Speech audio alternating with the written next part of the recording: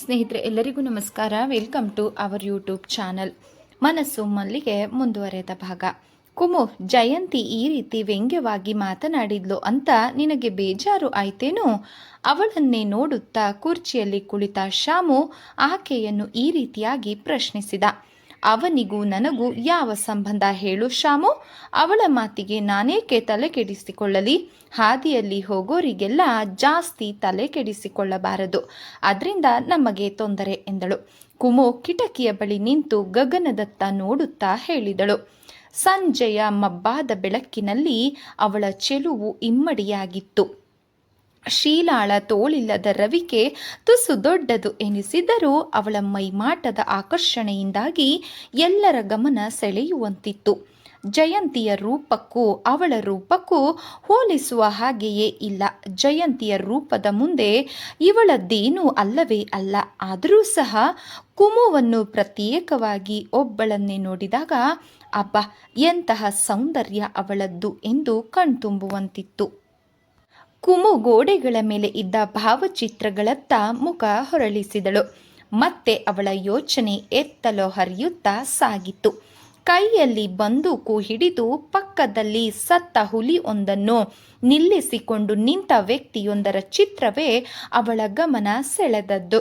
ದೊಡ್ಡದಾದ ಮೀಸೆ, ಗರ್ವದ ಮುಖ, ಮಂಡಿಯವರೆಗೂ ಇದ್ದ ಲಾಂಗ್ ಕೋಟ್, ಹೊಸ ಮಾದರಿಯ ಬೂಟ್ಸ್, ಕೋಟಿನ ಗುಂಡಿಗೆ ಸಿಗಸಿದ್ದ ಸರಪಣಿ, ಎಲ್ಲಕ್ಕೂ ಕಳಶವಿಟ್ಟಂತೆ ತೀಕ್ಷ್ಣವಾದ ನೋಟ. ಅವರು ಹೇಮಾವತಿಯ ಪೂರ್ವಜರು, ಪಾಂಡುರಂಗರಾಯರು, ಹೀಗೆಂದ ಶಾಮು. ಪಾಂಡುರಂಗರಾಯರ ಹೆಸರು ಚೆನ್ನಾಗಿದ್ದೇ ವಿನಃ ಅವರ ದೃಷ್ಟಿ, ಆಕಾರ ಮಾತ್ರ ಭಯಂಕರವಾಗಿತ್ತು. ಅವನ ಈ ಮಾತು ಕೇಳಿ ಅವರು ಸ್ವಲ್ಪ ಆಶ್ಚರ್ಯಚಕಿತಳಾದಳು. ಅವರು ದೊಡ್ಡ ವಂಶದವರೇ ಆದರೂ ಅವರ ನಡತೆ ಚೆನ್ನಾಗಿರಲಿಲ್ಲವಂತೆ. ಹೀಗೆ ಜನ ಆಡಿಕೊಳ್ಳುತ್ತಾರೆ. ಪೂರ್ಣಿಮಾದ ಹೆಸರು ಕೆಡಲು ಪ್ರಾಯಶಃ ಅವರೇ ಕಾರಣವಿರಬಹುದು. ಹಾಗೆಂದ ಮಾತ್ರಕ್ಕೆ ಅವರನ್ನು ನಾನೇನು ಅನುಸರಿಸಿಲ್ಲ. ನಮ್ಮ ರೀತಿ ನೀತಿಗಳೇ ಬೇರೆ. ಯಾವುದಾದರೂ ಅವರ ಮನೆತನದವರು ಎಂದು ನಮ್ಮನ್ನು ಜನ ಈಗಲೂ ಸಹ ಆಡಿಕೊಳ್ಳುವ ಹಾಗಾಗಿದೆ. ಆದರೆ ನಮ್ಮ ಸಂಪೂರ್ಣ ವಿಷಯ ತಿಳಿದವಳೆಂದರೆ ಜಯಂತಿ ಒಬ್ಬಳೆ. ಯಾರು ಏನೇ ಹೇಳಿದರೂ ಮಾತ್ರ ಅವಳು ನಂಬಲ್ಲ. ಅವಳದ್ದು ತುಂಬ ಕಟ್ಟುನಿಟ್ಟು ಸ್ವಭಾವ, ದಿಟ್ಟ ಹೆಣ್ಣು. ಜಯಂತಿಯ ಪ್ರಶಂಸೆಯಿಂದ ಕುಮುವಿನ ಮುಖ ಮುದುಡಿತು. ಅವಳೆಂದಳು, ಪೂರ್ಣಿಮಾಗೆ ಸಂಬಂಧಪಟ್ಟ ವಿಷಯಗಳನ್ನು ಅಳೆಯಲು ಯೋಗ್ಯತೆ ಬೇಕಲ್ಲ? ಅಂದರೆ ಆ ಯೋಗ್ಯತೆ ಜಯಂತಿಗೆ ಇಲ್ಲವೆಂದು ನಿನ್ನ ಅಭಿಪ್ರಾಯವೇ ಕುಮು? ಜಯಂತಿಯ ವಿಷಯ ಒಂದೂ ತಿಳಿಯದ ನನಗೆ ಅವಳ್ಯಾರೋ ಏನೋ, ನನಗ್ಯಾಕೆ? ಅವಳೆಲ್ಲ ವಿಷಯಗಳನ್ನು ಕಟ್ಟಿಕೊಂಡು ನಾನೇನು ಮಾಡಬೇಕು? ಮತ್ತೆ ಅವಳ ದೃಷ್ಟಿ ಪಾಂಡುರಂಗರಾಯರ ಫೋಟೋದತ್ತ ಹರಿಯಿತು. ಅವರನ್ನೇ ನಾವು ಅನುಸರಿಸುತ್ತೇವೆ ಎಂದು ನಿನಗೆ ಭಯವೇ? ನೀವು ಯಾರನ್ನಾದರೂ ಅನುಸರಿಸಿ, ಅದರಿಂದ ನನಗೇನು ಹಾನಿ ಇಲ್ಲ. ಆದರೆ ಶಾಮು ಮಾತ್ರ ಕುಮುವನ್ನೇ ದಿಟ್ಟಿಸಿದ. ನೀನು ಮನದೊಳಗೆ ಲೆಕ್ಕ ಹಾಕುವುದು ಬಹಳ, ಆದರೆ ಅದು ಒಳ್ಳೆಯದಲ್ಲ. ಜಯಂತಿಯಂತೆ ಮನದೊಳಗೆ ಒಂದು ಇಡದೆ ಒದರಿ ಬಿಡೋದು ತುಂಬ ಕ್ಷೇಮ ಎಂದನು. ನೋಡು, ಮತ್ತೆ ಮತ್ತೆ ಜಯಂತಿಯನ್ನು ನನಗೇಕೆ ಹೋಲಿಸುತ್ತಾನೋ ಕಾಣೆ ಎಂದವಳು ಅವನನ್ನು ಮನಸ್ಸಿನಲ್ಲಿಯೇ ಶಪಿಸಿದಳು. ಸಂಜೆಯ ತಂಪಾದ ಹವೆಯಿಂದ ಚಳಿಯಿಂದಾಗಿ ಕುಮು ಸಣ್ಣಗೆ ನಡುಗಿದಳು. ಚಳಿಯೇ, ಟೀ ತರಲೇನು ಎಂದು ಕೇಳಿದ. ಏನು ಬೇಡ ಕುಮು, ಈ ಪೂರ್ಣಿಮಾ ನಿನಗೆ ಸೇರಿದ್ದು. ಇಲ್ಲಿ ನಿನ್ನ ಇಷ್ಟ ಬಂದಂತೆ ಇರಬಹುದು. ನೀನು ಯಾರ ಹಂಗೂ ಇಲ್ಲದೆ ನಿಮ್ಮತ್ತೆಯ ಮನೆಯಂತೆ ರಾತ್ರಿ ಹಗಲು ದುಡಿಯಬೇಕಾಗಿಲ್ಲ. ಮತ್ತೊಂದು ಮಾತು, ಪೂರ್ಣಿಮಾದ ವಿಷಯಗಳು ಏನೇ ಇರಲಿ ಅದನ್ನು ಕುರಿತು ಯಾರ ಮುಂದೆಯೂ ಆಡಬಾರದು. ಹೇಮಾವತಿಯನ್ನು ನೋಡಿದ ಮೇಲೆ ನಿನಗೆ ತಿಳಿಯುತ್ತದೆ ಪೂರ್ಣಿಮಾದ ವಿಸ್ತೀರ್ಣ ಎಷ್ಟು ಅಂತ.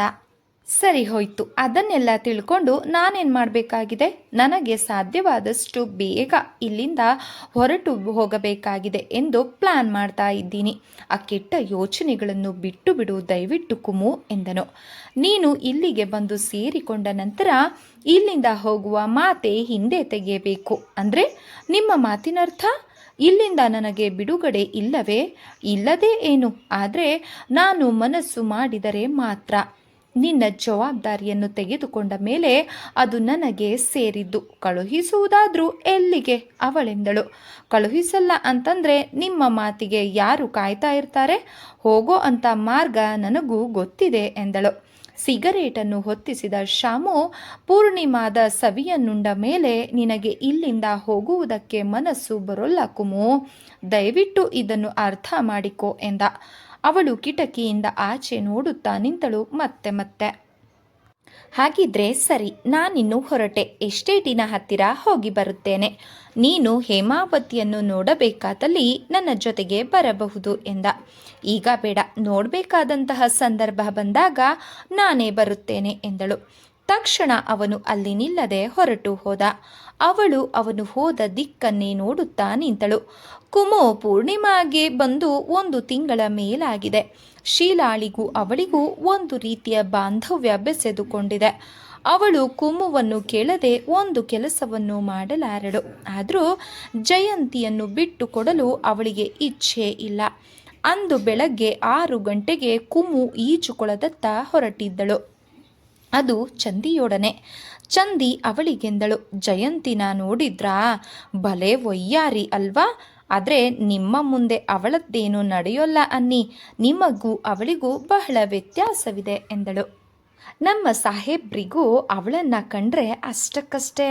ಆದರೆ ಅವಳೇ ಬಲವಂತವಾಗಿ ಅವರ ಮೈ ಮೇಲೆ ಎರಗಿ ಹೋದರೆ ಅವರೇನು ಮಾಡ್ತಾರೆ ಹೇಳಿ? ಚಂದಿಯೊಡನೆ ಕುಮು ಈಜುವ ಕೊಳಕ್ಕೆ ಬಂದಳು. ಅಲ್ಲಿಗೆ ಆಗಲೇ 4-6 ಮಂದಿ ಈಜಲು ಬಂದಿದ್ದರು.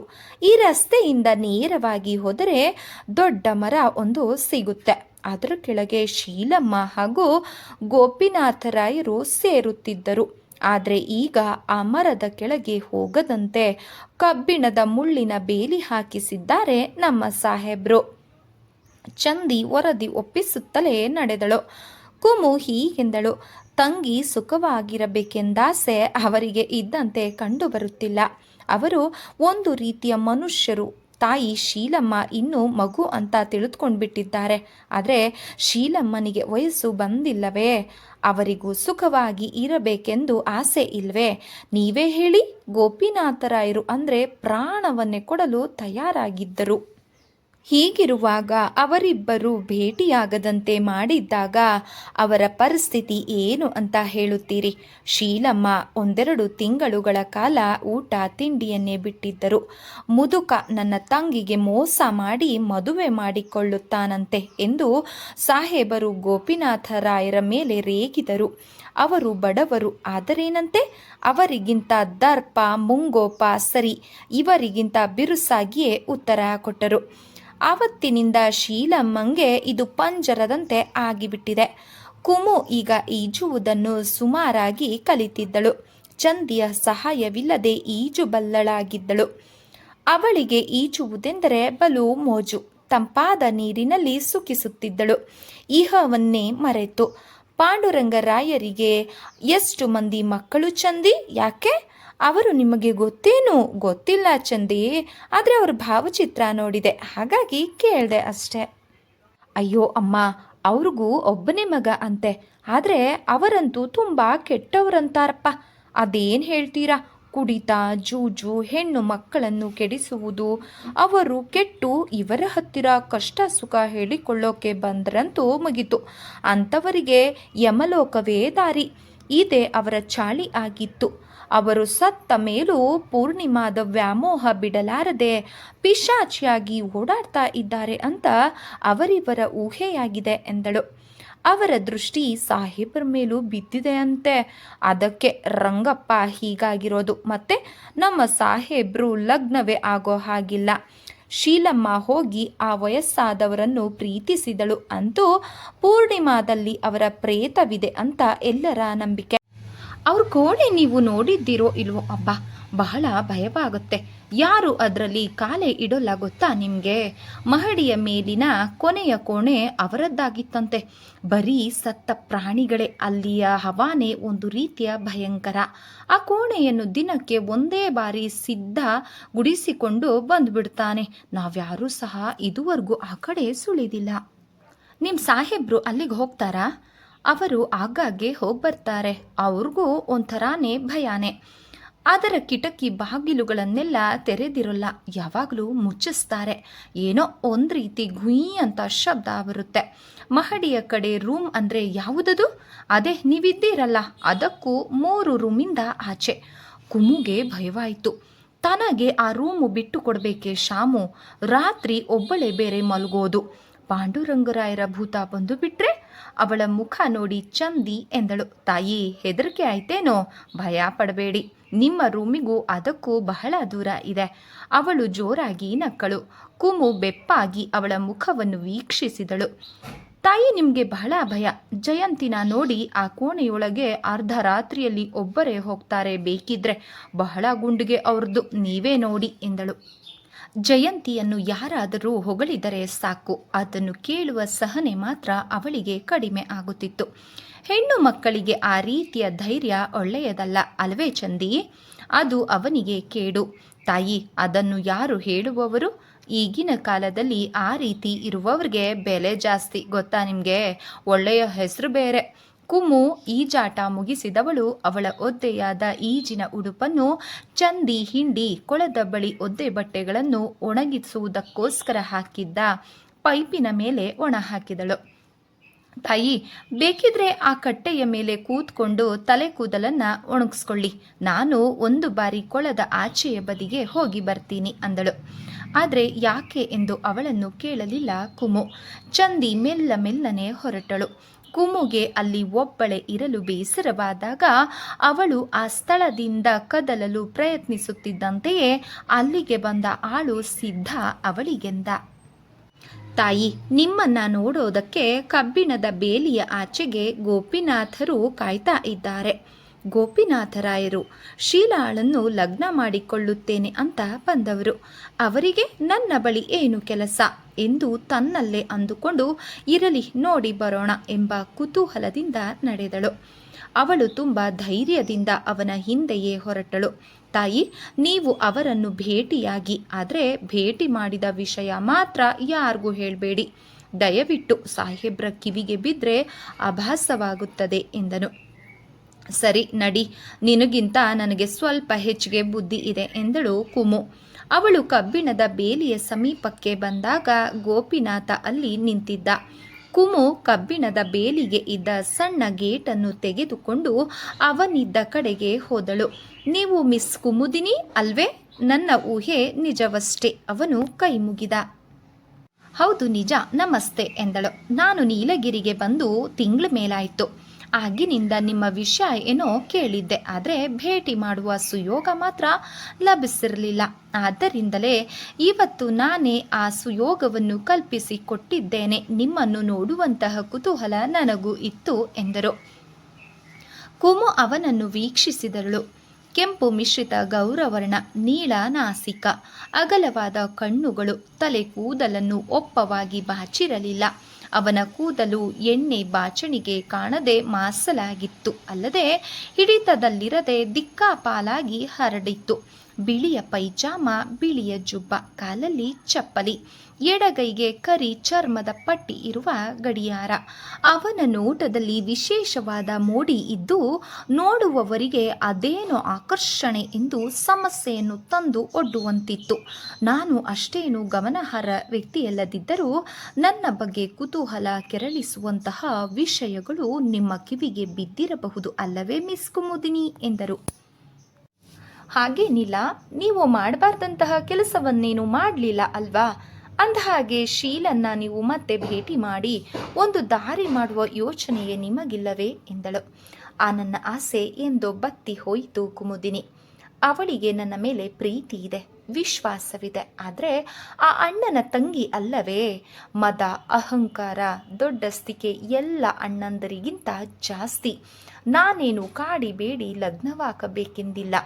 ಅವನ ಅಣ್ಣನ ಭಯ ಒಂದು ಕಡೆ, ಮತ್ತೊಂದು ಕಡೆ ನನ್ನ ಮೇಲೆ ಪ್ರೀತಿ. ಜೊತೆಗೆ ಪೂರ್ಣಿಮಾ ಬಿಟ್ಟು ಬರುವುದಕ್ಕೆ ಆಕೆಗೆ ಮನಸ್ಸಿಲ್ಲ. ಆದರೂ ನನ್ನ ಮೇಲೆ ಮಾತ್ರ ತಪ್ಪು ಹೊರಿಸುವ ಪ್ರಯತ್ನ. ನಾನೇ ಕಾಡಿ ಅವರ ಅಣ್ಣನ ಕಾಲು ಹಿಡಿಯಬೇಕು ಅಂತ ಅವಳ ಆಸೆ. ಆದರೆ ನಾನು ಆ ಮಟ್ಟಕ್ಕೆ ಇಳಿದಿಲ್ಲ, ಇಳಿಯೋದೂ ಇಲ್ಲ. ಗೋಪಿನಾಥ ನೊಂದವನಾಗಿ ಈ ರೀತಿಯಾಗಿ ಮಾತನಾಡಿದ. ನಿಮ್ಮದು ಇದೇ ಊರೇ? ಅಲ್ಲ, ನಮ್ಮದು ಬೆಂಗಳೂರು. ಇಲ್ಲಿ ನಮ್ಮ ತಮ್ಮ ಇದ್ದಾನೆ. ಅವರ ಮನೆಯಲ್ಲಿ ಇದ್ದೇನೆ. ತಂದೆ ತಾಯಿಗಳೆಲ್ಲ ಬೆಂಗಳೂರಿನಲ್ಲಿ ಇದ್ದಾರೆ ಎಂದನು. ಹೌದೇನು, ನಮ್ಮದು ಸಹ ಬೆಂಗಳೂರು. ಒಂದು ಬಾರಿಯೂ ಸಹ ನಾನು ನಿಮ್ಮನ್ನು ಭೇಟಿ ಮಾಡಿಲ್ಲ ಎಂದಳು. ಆ ಊರಿನಲ್ಲಿ ಬಿಡಿ, ಒಬ್ಬರಿಗೊಬ್ಬರು ಭೇಟಿ ಮಾಡಿದ್ರೂ ಮತ್ತೊಮ್ಮೆ ನೋಡಿದರೆ ಅವರ ಗುರುತು ಹಚ್ಚೋದು ತುಂಬಾನೇ ಕಷ್ಟ. ಏಕೆಂದರೆ ಹಾಗಿದೆ ಅಲ್ಲಿಯ ಜನಸಂದಣಿ. ನಿಜ, ಅಂದ ಹಾಗೆ ನೀವು ಒಂದು ಬಾರಿ ಯೋಚಿಸುವುದು ಒಳ್ಳೆಯದು. ಶೀಲಾ ಇಷ್ಟು ದಿನ ಹೀಗೆ ಇರ್ತಾಳೆ. ಅವಳಿಗೂ ಆಸೆ ಆಕಾಂಕ್ಷೆಗಳಿಲ್ಲವೇ? ಕುಮುದಿನಿ, ನಿಮ್ಮ ಹತ್ತಿರ ಮುಚ್ಚುಮರೆ ಏನು? ಅವಳಿಗೂ ತಿಳುವಳಿಕೆ ಬೇಕು.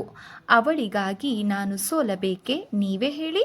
ಅವಳಿಗೆ ಸೋಲಬಹುದು, ಆದರೆ ಅವರ ಅಣ್ಣನಿಗೂ ನನಗೂ ಎಲ್ಲಿಯ ಸಂಬಂಧ? ಅಣ್ಣನು ತುಂಬ ದುಹಂಕಾರಿ. ಪೂರ್ಣಿಮಾದ ಒಡೆಯ ನಾನು ಎಂಬ ಅಹಂಕಾರ. ಪೂರ್ಣಿಮಾ ಹೇಮಾವತಿ ಎಷ್ಟು ವಿಷಯ ನನಗೆ ತಿಳಿಯದು ಅಂತ ಮಾಡಿದ್ದಾರೆ. ನನಗೆ ಸಕಲವೂ ತಿಳಿದಿದೆ. ಅವರ ವಂಶ ಎಂತಹದ್ದು ಅಂತ ನಾನೇ ಬೇಕಾದರೆ ಬರೆಯಬಲ್ಲೆ. ಅವರ ಮನೆತನದ ವಿಷಯ ಒಂದು ಕಾದಂಬರಿಯೇ ಆಗುತ್ತೆ ಬರೆಯುತ್ತಾ ಹೋದರೆ ಎಂದರು. ಆದರೆ ನಾವ್ಯಾಕೆ ದೂಷಣೆ ಮಾಡಬೇಕು? ಹೇಳಿ ಕೇಳಿ ದೊಡ್ಡವರ ಸಮಾಚಾರ ನಮಗೇಕೆ ಎಂದು. ಇಷ್ಟು ತಿಳಿದು ನೀವು ಅವಳ ಸಹವಾಸ ಮಾಡಬಾರದಾಗಿತ್ತಲ್ಲವೇ? ಈಗ ಅವಳಿಗೆ ನಿಮ್ಮದೇ ಚಿಂತೆ. ಪಾಪ, ನಿಮಗೋಸ್ಕರ ತಪಸ್ಸು ಮಾಡ್ತಿದ್ದಾಳೆ. 4 ಗೋಡೆಯೊಳಗೆ ತಪಸ್ಸು ಮಾಡಿದರೆ ಕೆಲಸ ಆಗುತ್ತೇನೋ? ನೀವೇ ಹೇಳಿ ಕುಮುದಿನಿ. ಪ್ರಯತ್ನ ಪಡಬೇಕು, ಅನಂತರ ತಪಸ್ಸು. ದೇವರು ಒದಗಿಸಿಕೊಟ್ಟ ಅವಕಾಶಗಳನ್ನು ಕಳೆದುಕೊಂಡು ಬಿಟ್ಟರೆ ಅವಳು ಹೆಣ್ಣು, ಹೆಂಗಸು ಏನು ಮಾಡಬಲ್ಲಳು? ನೀವೇ ಹೇಳಿ. ಪೂರ್ಣಿಮಾದಲ್ಲಿರುವವರು ಸರ್ಪಗಾವಲು ಕಾಯ್ತಾ ಇದ್ದಾರೆ. ಅವಳೆಲ್ಲಿ ನಿಮ್ಮ ಹತ್ತಿರ ಬರ್ತಾಳೋ ಅಂತ. ಬನ್ನಿ, ನಿಂತೇ ಇದ್ದೀರಲ್ಲ, ಈ ಹುಲ್ಲಿನ ಮೇಲೆ ಕುಳಿತುಕೊಳ್ಳಲು ನಿಮ್ಮ ಅಭ್ಯಂತರ ಇಲ್ಲ ಅಲ್ವಾ? ಇಲ್ಲ, ನನಗೆ ಯಾರ ಭಯವೂ ಇಲ್ಲ. ನಾನು ಹೆಚ್ಚು ದಿನ ಇಲ್ಲಿ ಇರೋದಿಲ್ಲ. ನನಗೆಲ್ಲಾದರೂ ಕೆಲಸ ಸಿಕ್ಕರೆ ನಾನು ಹೊರಟು ಹೋಗ್ತೀನಿ ಎಂದಳು ಕುಮುದ. ಅದು ಒಳ್ಳೆಯ ಯೋಚನೆ. ಈ ಪೂರ್ಣಿಮಾದ ವಾತಾವರಣ ನಿಮಗೆ ಖಂಡಿತ ಸರಿ ಬೀಳೋದಿಲ್ಲ. ಅಲ್ಲಿಯ ಜನರೇ ವಿಲಕ್ಷಣವಾಗಿದ್ದಾರೆ. ಬಡವರಿಗೆ ಬೆಲೆಯೇ ಇಲ್ಲ. ಅಲ್ಲಿಯ ಆಳು ಕಾಳುಗಳಿಗೋ ಮನೆಯವರಿಗಿಂತ ಹೆಚ್ಚಿಗೆ ಅಹಂಕಾರ. ಅವರ ಮಾತಿನ ವೈಖರಿ, ಒಡವೆ, ವಸ್ತ್ರಗಳೇನು ಹೇಳುತ್ತೀರಿ? ಆ ಯಜಮಾನನಿಗೆ ತಕ್ಕ ಶಿಷ್ಯರು. ಆದರೆ ಒಂದು ವಿಷಯ ನೋಡಿರಿ, ಅವರ ದೊಡ್ಡಸ್ತಿಕೆ ನಡೆಯುತ್ತಲ್ಲ, ಅದೇ ಆಶ್ಚರ್ಯ ಎಂದರು. ಅವರನ್ನೆಲ್ಲ ಕಟ್ಕೊಂಡು ನಮಗೇನು ಹೇಳಿ? ಶೀಲಾಳ ಸ್ವಭಾವದ ಪರಿಚಯವಿದೆ ತಾನೇ ನಿಮಗೆ? ಅವಳಿಗಾಗಿ ನೀವು ಏನಾದರೂ ಮಾಡಲೇಬೇಕು. ನಿಜ, ಏನು ಮಾಡಬೇಕು ನೀವೇ ಹೇಳಬಹುದಲ್ಲ? ಅಥವಾ ಇಂತಹದ್ದನ್ನು ಮಾಡಿ ಅಂತ ಹೇಳಿದರೆ ನಾನು ಪ್ರಯತ್ನ ಪಡಬಹುದು ಎಂದರು. ಅವಳು ಪೂರ್ಣಿಮಾದೊಳಗೆ ಕುಳಿತು ಜಪ ಆರಂಭಿಸಿದರೆ ಆಗಿ ಹೋಯ್ತೇನೋ. ಕುಮು ಕಿರುನಗೆ ಬೀರಿದವಳೆ ಹೀಗೆ ಅಂದಳು. ಹೆಂಗಸರಿಗೆ ಸಹನೆ ಕಡಿಮೆ ಅಂತ ನನ್ನ ಅನುಭವದಲ್ಲಿ ತಿಳಿದಿದ್ರೆ, ಆದರೆ ಗಂಡಸರಿಗೆ ಸಹನೆ ಕಡಿಮೆ ಅನ್ನಿಸ್ತಿದೆ ನನಗೆ. ಅವಳಿಂದ ಹೀಗೆಂದ. ಇಲ್ಲಿಗೆ ಬಂದು ಶೀಲಾಳ ಅಣ್ಣನನ್ನು ನೋಡಿದ ಮೇಲೆ ನನ್ನ ಸಹನೆ ಎಲ್ಲ ಹೊರಟು ಹೋಯಿತು ಕುಮುದಿನಿ. ಶೀಲಾಳನ್ನು ನೋಡಿ ನಾನು ತಲೆ ತಗ್ಗಿಸಬೇಕೇ ವಿನಃ ಮತ್ತೇನೂ ಇಲ್ಲ. ಈ ದಿನ ಶಾಮುಗೆ ಈ ನಿಮ್ಮ ಸಂಬಂಧ ಸರಿ ಬೀಳದಿರಬಹುದು, ಆದರೆ ನಾಳೆ ಅವರೇ ಪಶ್ಚಾತ್ತಾಪ ಪಡಬೇಕಾಗುತ್ತದೆ. ಅವರು ನಿಮಗೆ ತೊಂದರೆ ಕೊಟ್ಟಿದ್ದಕ್ಕೆ ನೀವು ಸಹನೆ ತಂದುಕೊಂಡು ಸ್ವಲ್ಪ ದಿನ ತಡೆಯುವುದು ಒಳ್ಳೆಯದು ಅಂತ ನನ್ನ ಅಭಿಪ್ರಾಯ ಎಂದವಳೆ. ಕುಮು ಅಲ್ಲಿಂದ ಹೊರಡಲು ಪ್ರಯತ್ನಿಸಿದಾಗ ಅವನೆಂದ, ಹೋಗಿ ಬನ್ನಿ, ಈ ಬಡವನ ಮೇಲೆ ದಯೆ ಇರಲಿ. ಶೀಲಾಗೆ ನಾವು ಭೇಟಿಯಾದ ವಿಷಯ ತಿಳಿಸಿ ಎಂದು. ಖಂಡಿತ, ಸಾಧ್ಯವಾದರೆ ಅವಳನ್ನು ಸಹ ಕರೆದುಕೊಂಡು ಬರುತ್ತೇನೆ, ಆಗಬಹುದಲ್ಲ ಎಂದಳು. ಓ, ಅಗತ್ಯವಾಗಿ. ಆದರೆ ಅವಳು ಖಂಡಿತ ಬರಲ್ಲ, ನನಗೆ ಗೊತ್ತು. ಒಣನಗೆಯನ್ನು ತಂದುಕೊಂಡು ನುಡಿದ ಅವನು. ಸ್ನೇಹಿತರೆ, ಈ ಒಂದು ಕಾದಂಬರಿ ತಮಗೆ ಇಷ್ಟ ಆದರೆ ದಯವಿಟ್ಟು ಲೈಕ್ ಮಾಡಿ, ಸಬ್ಸ್ಕ್ರೈಬ್ ಮಾಡಿ, ಸಪೋರ್ಟ್ ಮಾಡಿ ಫ್ರೆಂಡ್ಸ್. ಧನ್ಯವಾದಗಳು, ನಮಸ್ಕಾರ.